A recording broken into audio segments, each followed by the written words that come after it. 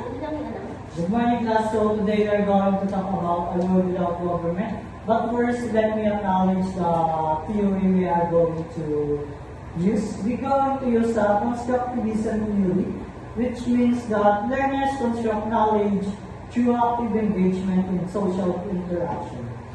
Prior knowledge strongly influences new learning. This usually used in College of Law, which they only review for a second, then the teacher will ask a question regarding the review. Okay, let's start. Imagine a world without government. No leaders, no rules, no laws, no organized system. At first, this might sound exciting because everyone could do whatever they wanted. But I want you to think critically. What would really happen in such a society? Miss Valeris. Sir, I think it will be chaotic. People will argue and fight because no one will be in charge. The strong will take advantage of the weak, and everyone will just act based on what they wanted. Life will be dangerous because there will be no rules to follow. Yes. Pag wala tayong gobyerno, syempre chaotic, magulo. Thank you, Bennett. That is an important insight.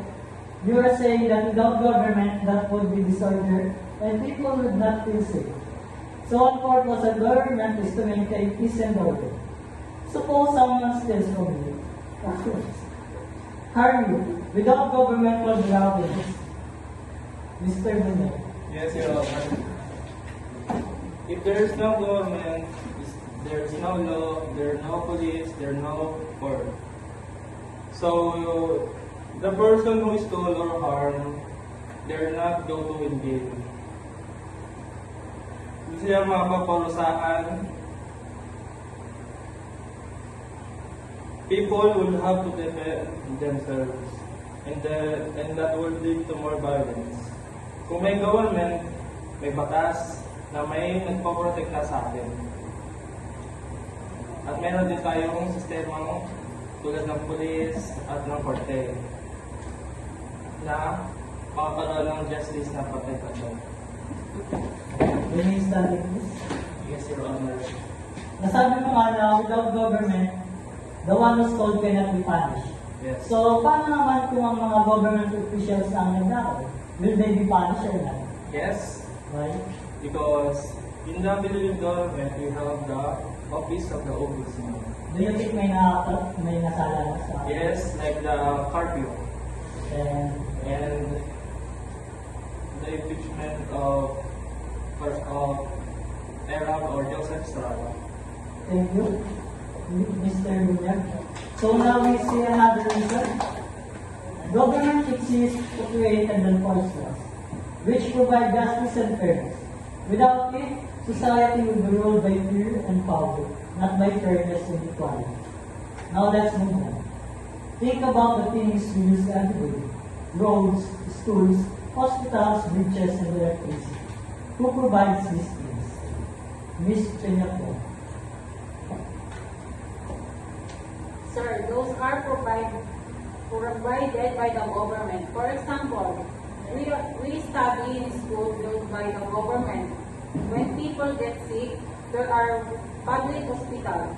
The government also provides transportation, build roads, and even helps when there is disaster. Without government, only rich could be afford these services, and poor will be left out. That's right, Ms. Pinatler. Government plays a key role in providing essential services and infrastructure that benefit everyone. This is something individuals cannot achieve alone. It requires collective effort and organization.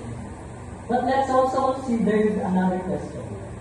We often talk about human rights, our right to education, to life, to freedom. Can these rights exist without government? Ms. Pompili.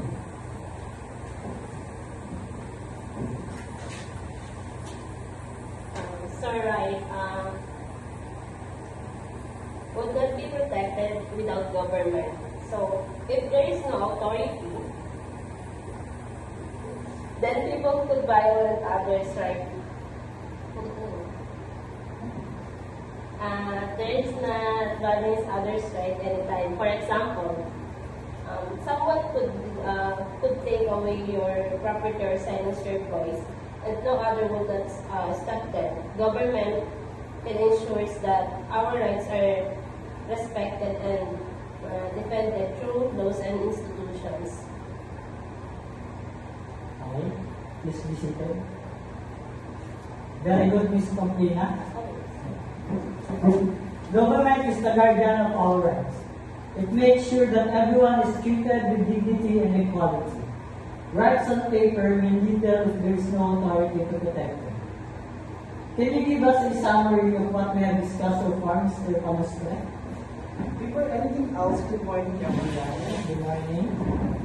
As I take down my notes, based on what you shared, government is necessary because it maintains peace and order. It enforces law to ensure fairness, provides services like education, healthcare, and protects our rights. Without government, society would be chaotic, magulo, unfair, hindi pantay-pantay. Miss Rodelas, can you give me a real example?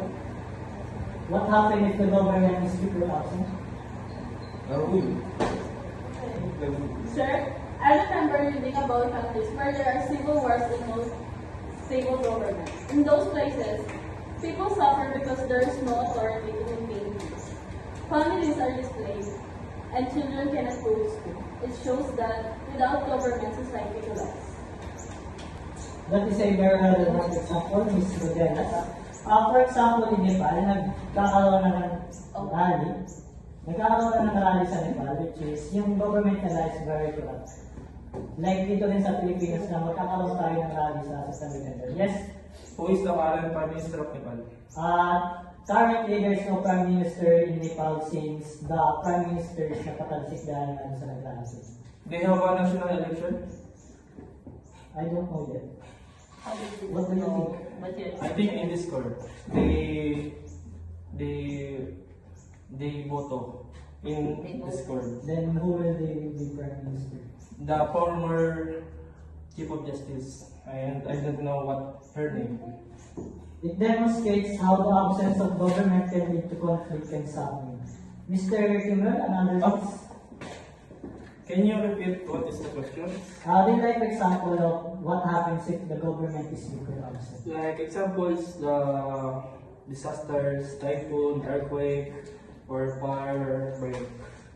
The government provide the services like the food box that distributed by the DSWD, and also some of the OCD or the Office of the Civil Defense. They provide us some services like and also the Philippine Coast Guard, the Bureau of Fire Protection is also to provide some services like tulong-tulong, like bayanihan kapag nabata, like naiwang matatanda, naiwang mga bata, then also the local government of the Philippines assure that everyone in sa delikado or dangerous prone area is nakakalikas sila sa likas na lugar.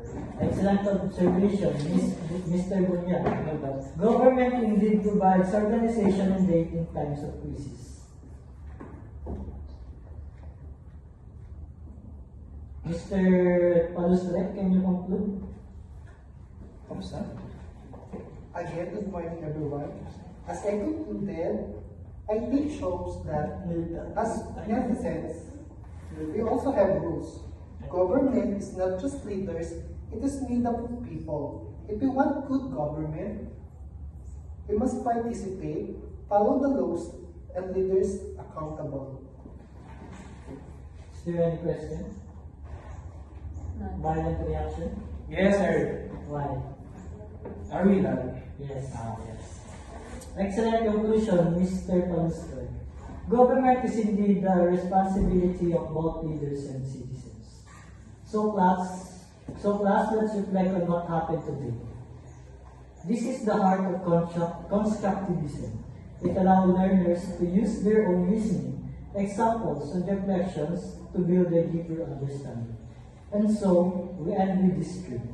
We need government because it provides order, justice, services, and rights protection. Without it, society falls into chaos. With it, citizens can live safely, fairly, and with dignity. Thank you, class.